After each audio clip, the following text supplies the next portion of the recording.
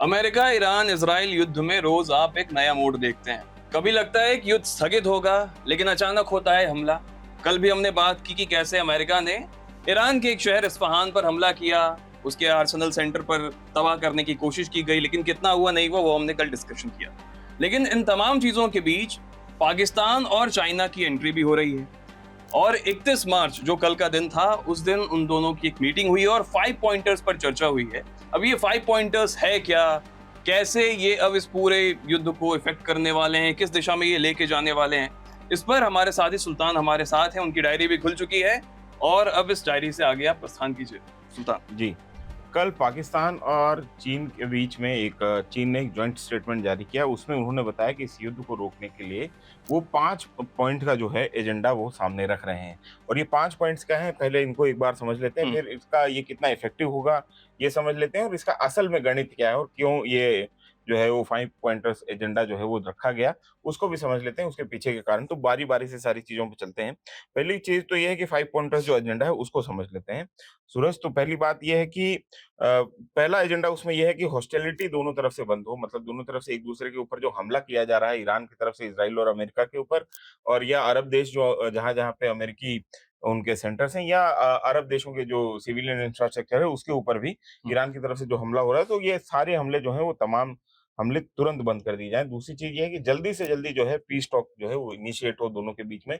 Diplomatic efforts जो हैं, वो इनिशिएट हों दोनों हुँ, देशों के बीच में, शांति वार्ता जो हो जल्दी से जल्दी शुरू हो, ये दूसरा एजेंडा है। तीसरा, इस एजेंडा में ये कहा गया है कि नॉन मिलिट्री टारगेट्स को हिट करना बंद किया जाए। अच्छा। तो नॉन मिलिट्री टारगेट्स में एक तो डिसैलिनेशन प्लांट है, हमने आज जैसा कि आपको बताया था पहले भी, एक कुवैत में डिसैलिनेशन हुँ, प्लांट हिट हुआ था। इसके बाद में हमने आपको ये भी बताया था कि अगर ये कंटिन्यू रहा तो पूरा का पूरा वॉर एक अलग टेंजेंट में चला जाएगा समझ और एक गया। ह्यूमैनिटेरियन क्राइसिस वहाँ पे खड़ा हो सकता है। दूसरा उन्होंने कहा था एनर्जी इंफ्रास्ट्रक्चर के ऊपर हमला बंद बंद हो हो। चुका।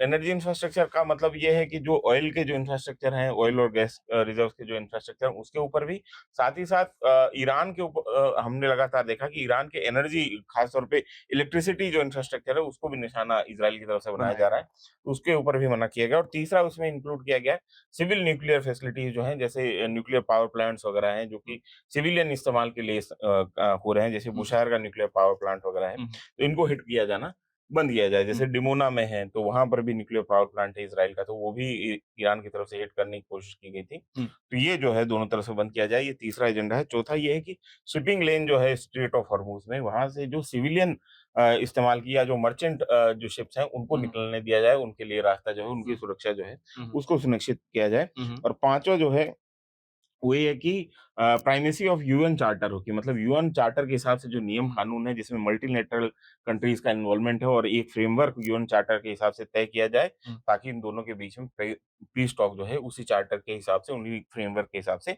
चले। तो ये मोटा मोटी 5 एजेंडा जो है ये हुँ, पेश किया गया। ये कल पेश किया गया, और 31 तारीख के दिन, और इस पूरे के पूरे एजेंडा के आने के बाद में कई तरीके के रिएक्शंस देखे गए हैं। हुँ। तो ये अभी का अपडेट ये है। और रिएक्शन किस-किस तरह के थे?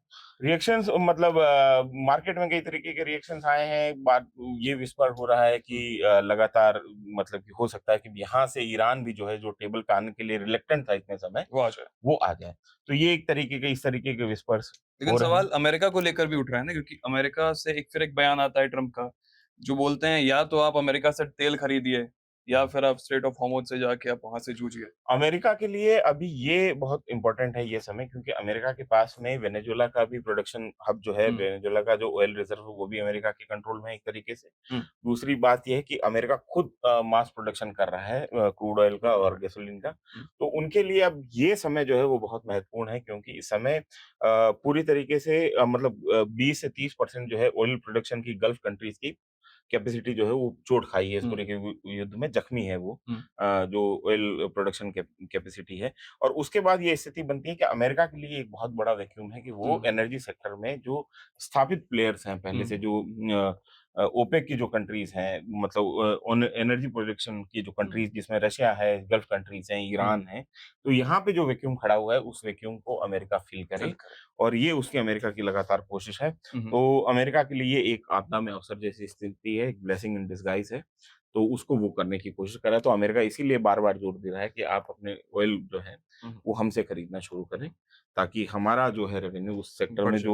जो एक पूरे की पूरी तरीके से सैचुरेटेड मार्केट है, उसमें हुँ, हम अपनी पहलकदमी किसी तरीके से कर पाएँ। हुँ, तो ये बात है और आपको ये समझना होगा यहाँ पे कि अभी तक जो पाकिस्तान का रोल था, 31 हुँ, तारीख से पहले तक, हुँ, तो पाकिस्तान को एक तरीके से मैसेंजर बॉय की तरह देखा जा रहा था कि वो ईरान और अमेरिका के बीच में मैसेज जो है उनको पहुँचा। एक्सचेंज कर रहा था। हुँ, लेकिन अब ये जब इस पूरी की पूरी पहलकदमी में चाइना जुड़ गया है, हुँ, तो इस पूरे एफर्ट में एक थोड़ा-सा वेटेज हमको दिख रहा है। दिखाई देता है।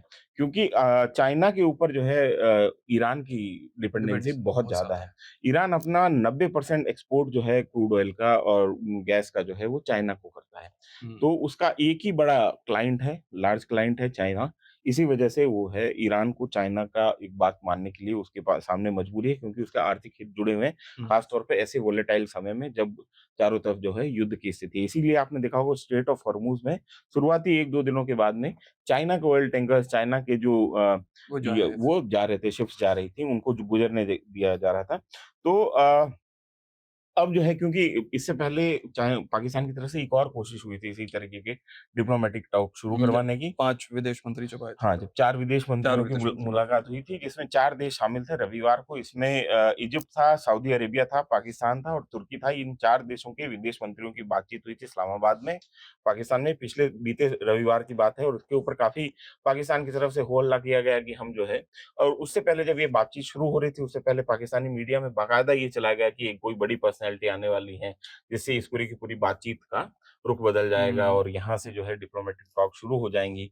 और उससे पहले भी जब पाकिस्तान का ही नाम लिया गया, जब अमेरिका की तरफ से 15 पॉइंट एजेंडा रखा गया, हुँ, हुँ, तभी ये कहा गया था कि ईरान और अमेरिका के जो हैं नेगोशिएटर्स जो हैं वो हुँ, इस्लामाबाद में जाके मिल सकते हैं। अच्छा। तो ऐसी स्थिति थी, तो उसके बाद में जो संडे को जो मीटिंग हुई थी, उसके बाद में ईरान ने साफ कर दिया था कि ये जो भी फ्रेमवर्क इस्लामाबाद में बैठ के बना है इन चारों देशों का, हुँ, तो ये इनके लिए पर्याप्त है, हम इसमें शामिल नहीं हैं, हम किसी भी तरीके से जो पाकिस्तान में ये जो बैठक हुई, उसमें हमारा कोई लेना-देना नहीं है। हुँ, और हम इसमें शामिल नहीं हैं और जो फ्रेमवर्क इन्होंने बनाए इनको मुबारक हो, हमारा इससे कोई लेना-देना नहीं है। तो ईरान लोग जो है इस बैठक से हट गया हट था। गया। दूसरी तरफ से जो बड़ी पर्सनैलिटी की बात हो रही थी तो ये कहा जा रहा था कि हो सकता है कि यूएस की तरफ से कोई ऐसा अपीयरेंस हो, कोई नेगोशिएटर आएँ, कोई कायदे के पर्सनैलिटी आएँ, चाहे वो हुँ, स्टीव विटकॉफ आएँ, चाहे जैरेड कुशनर आएँ, चाहे जेडी वांस आएँ, कुछ हुँ, ऐसा बड़ी पर्सनैलिटी आ जाए ताकि वो एक तरीके से ये बता सकें ईरान को कि हम नेगोशिएशन के लिए तैयार हैं। तैयार है। लेकिन उसमें आपको ये समझना होगा कि ये राजनयिक तौर पे अमेरिका को बहुत वीक दिखा था, तो अमेरिका ने आखिरी मोमेंट पे वहाँ से कदम अपने पीछे खींच लिए हुँ, और ये मीटिंग जो रविवार को हुई, वो उसका नतीजा शिखर होना ही था क्योंकि हुँ, दोनों पार्टियाँ जिनके बीच में लड़ाई चल रही, वो वही नहीं मौजूद ही आए। नहीं थी। तो आप और हम बैठ के जैसे चर्चा कर रहे हैं, वैसे 4 विदेश मंत्री बैठ के चर्चा करके चले गए घर हुँ, पे, उसका कोई नतीजा तो निकलना नहीं था। हुँ, और इस बीच में हुआ क्या कि 30 तारीख को कुवैत का एक ऑयल टैंकर जो है वो दुबई के पास में हिट किया था जिसको कि हमने आज सुबह जो वीडियो पब्लिश हुई उसमें हमने उसके बारे में डिटेल से तबसरा किया है कि किस तरीके से उस कुवैत का जो है जो ऑयल टैंकर है उसको हिट किया गया ईरान की हुँ, तरफ से और यूकेएमटीओ की जो रिपोर्ट थी उसके ऊपर वो भी हमने बताई थी आज सुबह के वीडियो में। और उसमें ये था कि उस ऑयल टैंकर के हिट होने के बाद ही क्रूड ऑयल के प्राइसेस फिर से सर्ज सच। करने शुरू हो गए थे। तो वैसी स्थिति बन गई थी कि क्रूड ऑयल के प्राइसेस जो हैं वो ब्रेंट क्रूड ऑयल जो है वो 115 तक पहुँच गया था, $115 और वेस्ट टेक्सास जो इंटरमीडिएट है जिसको डब्ल्यूटीआई कहते हैं, वो पहुँच गया था 105 के आस-पास। ये बड़ा सर्ज था, उसके बाद में दुनिया भर की इकोनॉमीज़ जो हैं, हुँ, उसको इसका बर्न फ़ील होना था। तो जैसे डोनाल्ड ट्रम्प की तरफ से लगातार ये कोशिश की जा रही है कि किसी भी तरीके से कुछ बयान ऐसे दे के, कुछ व्हिस्पर्स ऐसे क्रिएट किए जाएँ। क्रिएट किए जाएँ ताकि जो है क्रूड ऑयल मार्केट की जो वोलेटाइल क्रूड मार्केट है, उसको जो है थोड़ा-सा शांत करके रखा जाए, स्थिर करके रखा जाए। तो इस 5 पॉइंट एजेंडा के डिक्लेयर होने के बाद हुँ, मार्केट में ये व्हिस्परिंग शुरू हुई कि हो सकता है कि अब ईरान जो है नेगोशिएशन की टेबल तैयार। पे आ जाए, जो कि लगातार ईरान मना कर रहा था। तो इस 5 पॉइंट एजेंडा के आने के बाद में ये व्हिस्परिंग मार्केट में शुरू हो गई कि ईरान शायद नेगोशिएशन की टेबल पे आ जाए क्योंकि ईरान पहले दिन से ही हुँ, साफ मना कर रहा है कि हमको कोई नेगोशिएशन करना नहीं है। उनके जो सुप्रीम लीडर हैं, नए सुप्रीम लीडर, उन्होंने भी ये बयान जारी करके कहा था कि this is not the time for piece और पीस टॉक्स। तो उन्होंने साफ कर दिया था कि ये शांति वार्ता का समय नहीं है। हम आखिरी दम तक यूएसए के एग्रेशन के खिलाफ लड़ेंगे, इज़राइली एग्रेशन के खिलाफ लड़ेंगे। तो लेकिन अब जब ये 5 पॉइंट एजेंडा जैसे ही पब्लिश हुआ उसके बाद में क्रूड ऑयल के प्राइसेस जो हैं वो गिरना शुरू हो गए। तो ब्रेंट क्रूड ऑयल जो है वो 115 पे था, वो 102 के 101.92 डॉलर पर बैरल आ गया, मतलब लगभग 102 बैरल डॉलर पर बैरल आ गया। और जो डब्ल्यूटीआई था वो लगभग 100 के आसपास आ गया, 99.32 जो है उसका प्राइस आ गया। तो काफ़ी 15% के लगभग जो है प्राइस करेक्शन हुआ, जो कि बड़ा प्राइस करेक्शन है। और आपको ये समझना पड़ेगा कि ये जो क्रूड ऑयल का पूरा का पूरा मार्केट है, ब्रेंट क्रूड ऑयल क्योंकि महँगा सामान्य तौर पे उसकी रेट जो है वो डब्ल्यूटीआई से ज़्यादा होती है। एक तरीके से आप समझ लीजिए, एक लंदन की जो बाज़ार का जो रेट है वो है, और एक जो है अमेरिका के बाज़ार का जो रेट है। ब्रेंट जो है वो बुनियादी तौर पे जो है लंदन से जो चलता है, मतलब स्कॉटलैंड से बेसिकली जो मार्केट चलता है वहाँ पे। और ये ब्रेंट क्रूड ऑयल जो है दुनिया भर के 2/3 क्रूड के प्राइसेस को मेंटेन करता है। मतलब 2/3 जो क्रूड है वो वहाँ से मेंटेन होता है, और 1/3 के जो रेट्स हैं वो डब्ल्यूटीआई से फिक्स होती हैं। तो ब्रेंट का प्राइस हम ज़्यादा उसको ठीक मानते हैं। तो उसमें 15% का करेक्शन आ गया था। 15% का करेक्शन बहुत बड़ा करेक्शन होता है। तो ये जो है किया गया है इस 5 पॉइंट एजेंडा का। एक ये असर हमको देखने को मिला है कि जो वोलेटाइल मार्केट था उसको थोड़ा-सा स्थिर तो बहुत करने की बड़ा असर है ये। हाँ, बहुत स्थिर करने की कोशिश की गई। हालाँकि इसका क्या निकलेगा नतीजा, इसको हम देखने की बात है। और उस बीच में एक एक और बात ये हुई है कि 30 तारीख को एक कुवैत का ऑयल टैंकर हिट हुआ था, और उसके बाद में प्राइसेस बढ़े थे। आज फिर एक और ऑयल टैंकर जो है हिट हुआ है, उससे प्राइस बढ़े हैं। अब आपको यहाँ पे ये समझना पड़ेगा कि ईरान की हर चंद कोशिश अभी ये है कि वो क्रूड ऑयल के प्राइसेस को सर्ज करवाए, और अमेरिका और उनके इत्तेहादियों की, उनके अलाइड कंट्रीज, चाहे वो इसराइल हो, चाहे अरब गल्फ कंट्रीज हो, जीसीसी की जो कंट्री हैं, उनकी तरफ से ये कोशिश है कि इस पूरे के पूरे मार्केट को स्थिर रखा जाए, उस क्रूड ऑयल के प्राइस को बढ़ने ना दिया जाए। तो आर्थिक मोर्चे पर भी एक लड़ाई चल रही है। और जैसे ही ये 5 पॉइंट एजेंडा आया तो उसके तुरंत बाद जो है ईरान की तरफ से एक और ऑयल टैंकर जो है उसको हिट किया गया है। अब वो उसी की कोशिश है कि शायद उन्हें हम प्राइस को वापस से सर्ज करवा पाएँ। क्योंकि जैसे-जैसे प्राइस बढ़ेगा वैसे-वैसे आर्थिक दबाव दुनिया भर पे बढ़ेगा, और जब दुनिया भर पे आर्थिक दबाव बढ़ेगा तो अमेरिका और इज़राइल क्योंकि इसके सेंटर में है, वो ईरान के ऊपर उन्होंने हमला बोल रखा है, उनके ऊपर भी दबाव बढ़ेगा। तो ईरान की पूरी कोशिश ये है कि जो उसका दबाव का जो प्रेशर का नेगोशिएशन चिप है, वो अपने हाथ में रखे और क्रूड ऑयल के प्राइसेस को सर्ज करवा पाए। तो ये सारा गेम हम जो है अगर इस परिप्रेक्ष्य में समझते हैं, क्रूड ऑयल के प्राइसेस के परिप्रेक्ष्य में समझते हैं, तो हमको समझ में आता है कि चीज़ें असल में खेल चल क्या रहा है। तो ये हुआ आज की जो सबसे बड़ी खबर थी जो इस युद्ध में, क्योंकि हम जब 24 घंटे का अपडेट करते हैं तो हमको थोड़ा समय लग जाता है, उसको एडिट करवाने में भी थोड़ा समय लग जाता है। तो तुरंत में जो अगर कोई बड़ी खबर होती है, कोई बड़ा डेवलपमेंट होता है, तो उसको हम सुबह में आपको देने की कोशिश करते हैं। एक छोटा वीडियो करने की कोशिश करते हैं। उसके बाद 24 घंटे का जो अपडेट है वो आज सुबह हमने पिछले 24 घंटे का पोस्ट किया है। अब जो है ये कल सुबह 9 बजे आपके सामने 24 घंटे वाला अपडेट वो भी आ जाएगा। उससे पहले ये छोटा वीडियो हम ये कोशिश थी, क्योंकि आपकी तरफ से बार-बार ये शिकायत हो रही थी कि आप अपडेट करने में लेट हो जाते हैं। तो हम ये सोचते हैं कि एक बड़ा जो डेवलपमेंट है, उनको पता उसके चल जाए। ऊपर एक विश्लेषण जो है, हम ये कर दें। तो ये उसी की कोशिश है, उसी कड़ी में ये जो है, हमारी तरफ से ये वीडियो जो है, वो आया। बनाया गया है आपके लिए। आपको ये वीडियो कैसा लगा हमें ज़रूर ज़रूर बताएँ। और बताइएगा। क्लोजिंग जो है वो फिर मैं कर आप ही लेता हूँ, है कीजिए। ना?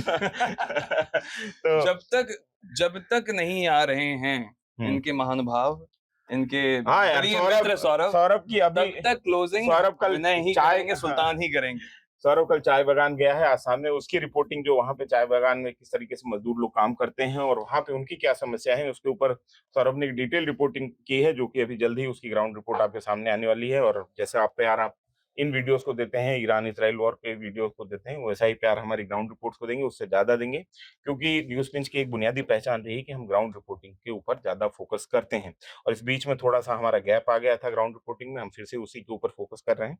तो उम्मीद है कि आपको हमारी ग्राउंड रिपोर्ट चुनावी कवरेज पहले तरीके से जैसे बिहार में आपको पसंद आ रही थी, वैसे असम और बंगाल की ग्राउंड रिपोर्टिंग्स भी पसंद आएँगी। इसी उम्मीद के साथ में, इसी वायदे के साथ में आपको सलाम, आपको नमस्ते, आपको बाय-बाय। क्या बाय बोला बाय, है? Bye bye. नहीं, इसको वापस ले लेना। बाय-बाय नहीं बोलूँगा। हाँ? तो इसी वायदे के साथ में आपसे लेते हैं विदा। मेरा नाम है विनय सुल्तान, मेरे साथी हैं सूरज, और सूरज। पीछे कैमरे के हैं गीतांश। आपका ये वीडियो देखने के लिए शुक्रिया।